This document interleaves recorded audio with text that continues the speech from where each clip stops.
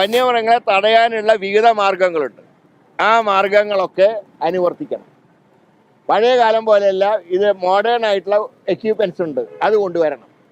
അതല്ലാതെ ഈ പഴയ തുരുമ്പുള്ള തോക്കും വെച്ചുകൊണ്ടൊന്നും വന്യമൃഗങ്ങളെ നേരിടാൻ കഴിയില്ല. സഖാക്കൾക്ക് പിണറായിനെ പേടിയുണ്ടാവും, പക്ഷേ വന്യമൃഗങ്ങൾക്ക് പിണറായിനെ പേടിയില്ല. അതാദ്യം അവർ മനസ്സിലാക്കും. അതുകൊണ്ട് ശക്തമായിട്ടുള്ള നടപടി ഉണ്ടായില്ലെങ്കിൽ, ഇന്നിപ്പോൾ വയനാട്ടിലാണ് ഹർത്താലെങ്കിൽ നാളെ കേരളത്തിലും ഹർത്താൽ പ്രഖ്യാപിക്കേണ്ടി വരും. കാരണം ജനങ്ങളെ രക്ഷിക്കേണ്ട ചുമതല ഞങ്ങൾക്കുണ്ട്. അതിന് സർക്കാർ തയ്യാറാവില്ലെങ്കിൽ ഞങ്ങൾ കൈയും കെട്ടി നോക്കി നിൽക്കില്ല. അപ്പം അതിൻ്റെ ആദ്യ സൂചനയാണ് ഇന്നത്തെ വയനാട്ടിലെ ഹർത്താൽ. മാത്രമല്ല, അഭിവന്ദ്യ പിതാക്കന്മാർ, ബിഷപ്പുമാർ തന്നെ ഈ മന്ത്രിസഭ ഒന്നുകിൽ ഞങ്ങളെ രക്ഷിക്കണം അല്ലെങ്കിൽ രാജിവെച്ച് പോകണമെന്ന് പറഞ്ഞിട്ടുണ്ട്.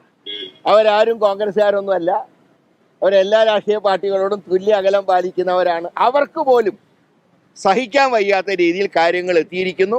ശക്തമായിട്ടുള്ള നടപടി ഗവൺമെൻറ് ഭാഗത്തുനിന്ന്, ഫോറസ്റ്റ് വകുപ്പിൻ്റെ ഭാഗത്തുനിന്ന് ഉണ്ടാവണം.